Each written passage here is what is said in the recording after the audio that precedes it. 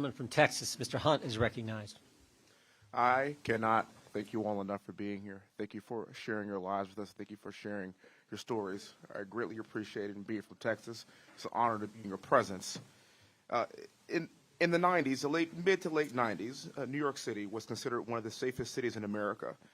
When I was at West Point from 2000 through 2004, I took that train down here many a day. Had a pretty good time in this city, and I felt relatively safe when I did just that. But while Alvin Bragg is a Manhattan district attorney, his policies are not isolated to this borough. His pro-criminal policies are just an example of what Soros-funded district attorneys are implementing across our great nation. Their ideology is responsible for the death, rape, and robbery of innocent people across America, and it is disproportionately impacting poor black and brown people. In Democrat-run cities across America, criminals are given deference and victims are left to fend for themselves, as you have articulated today. Why do these Soros-funded district attorneys put criminals first and victims last? It's what they believe. It's who they are. Our cities are crumbling around us. Criminals are running rampant, and that's because district attorneys in San Francisco, Los Angeles, Chicago, and even my home city of Houston are advocating for pro-criminal policies. And Alvin Bragg fits this profile, in my humble opinion. Let's talk about Alvin Bragg. He's a woke, progressive district attorney with no different than any other progressive DA in our country right now. He was elected as a Manhattan DA in 2021. His policies should not be surprising, given that he was heavily supported by Black Lives Matter PAC that was directly funded by George Soros. In fact, George Soros donated $1 million to that PAC less than a week after endorsing Bragg. Under the guise of helping people of color, he causes them more harm with his pro-criminal policies. Since Bragg has taken office, New York City residents are worried about increasing threats of violence. Do you know who doesn't have to worry about violence? Alvin Bragg.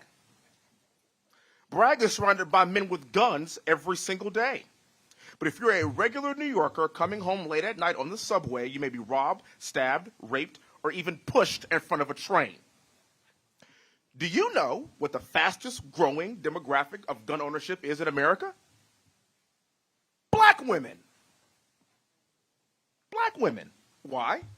Because they know they have to protect themselves in Democrat-run cities where criminals are allowed to roam free. That is a fact.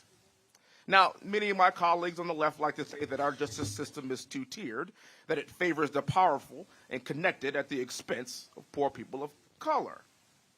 But in Bragg's office, there's a two-tier justice system. It's criminals first and victims second, especially victims of color.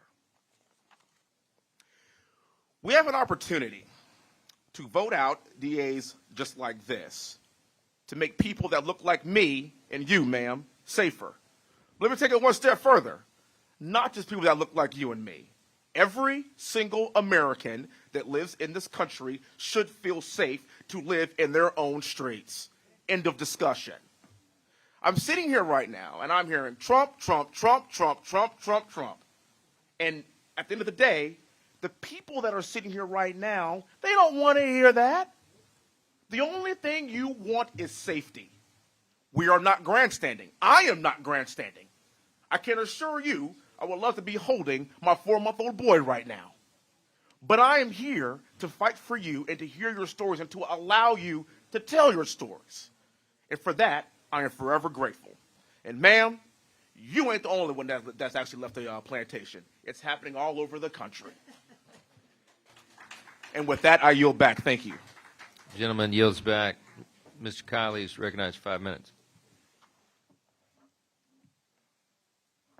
Thank you, Mr. Chair. In recent years, we have seen a movement to fundamentally change